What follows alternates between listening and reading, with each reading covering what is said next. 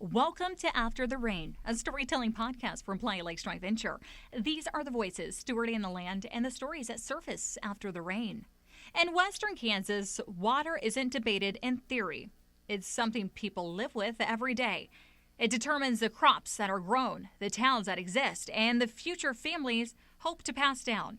We're continuing a series exploring how communities in Kansas Groundwater Management District Number 1 are working together to address water challenges and protect water for future generations. Throughout this series, you'll hear from local leaders, producers, and scientists who are turning conversations and real-world decisions into long-term solutions. And this episode is about results and rewards, and what success looks like when Q-Stable moves from an idea into something measurable and when numbers start to change. For Wes McCary, Technology Projects Coordinator for the Kansas Water Office, that change begins with understanding what Q-Stable actually is. Q-Stable is a metric that has been developed by the Kansas Geological Survey over the last couple of years. There's a target metric saying, hey, this number of acre feet pumped per year will be your mean, which means you're not overdrafting water and you can perform up to that level with some amount of confidence that you won't be depleting or mining the aquifer. Once that target exists, the real work begins. So Q-Stable is a metric. Then we have to figure out the ways and means to achieve Q-Stable. But what does success actually mean? That depends on who you ask. If you're talking about irrigators and producers, they're just going to say they want to continue to use water as they always have. Some of them are fourth and fifth generation farmers. Their dads and moms did it a particular way, and then their grandparents before them did it a particular way, and it all seemed to work. For producers, success isn't just about water. It's about economics. We have a term in what I do called water duty.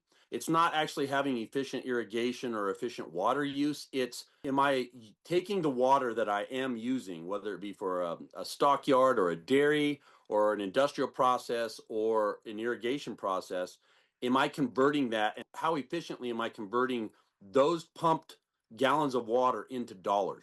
One of the biggest shifts towards real results is happening through irrigation system evaluations, something Wes compares to a health checkup.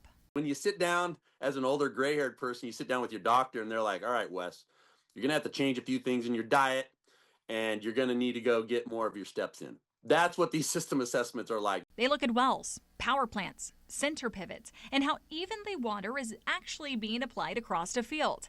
And almost every time, Wes says the same thing shows up.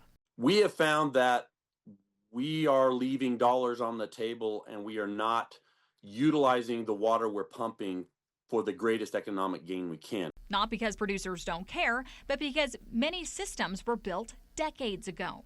We are literally running off of 30 and 40-year-old technology, and that you can only re-sleeve and re-machine those things so many times.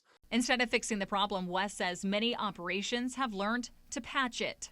You scab things together and you wire things together and you're just quickly welding things together to get through another year. That's not a health plan because next year brings its own issues. To explain how a Q-Stable can actually be tracked, Wes turns to another analogy. Think about the Fitbit as being the way that we're going to try to monitor Q-Stable. Am I on target today? Am I off target? What are my trends? That kind of feedback changes behavior. And they feel empowered. They don't feel like somebody's coming in and they're doing a data grab and nobody's sitting there lecturing them. They're just saying, hey, look, you're leaving all these dollars on the table with your lack of efficiency in this machine or 10 machines or 20 machines. And they start thinking in dollars.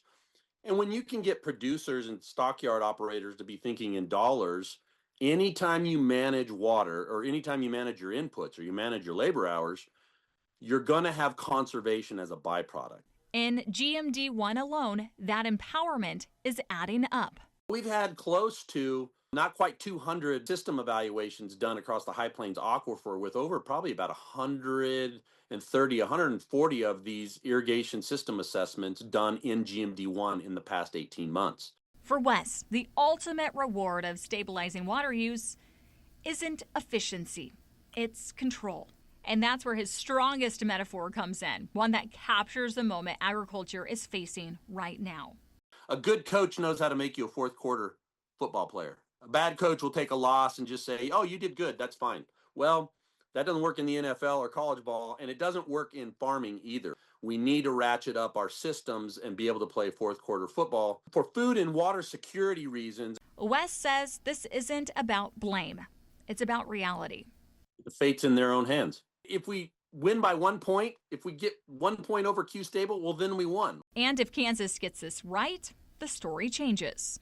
Instead of getting this bad press related to agriculture and its mismanagement, we get to be the heroes of our own story. We saw a problem. We came, we saw, we kicked it. We won. That's what results and rewards look like. Not perfection, not pressure, but progress you can measure. And when the numbers start to change, the story does too.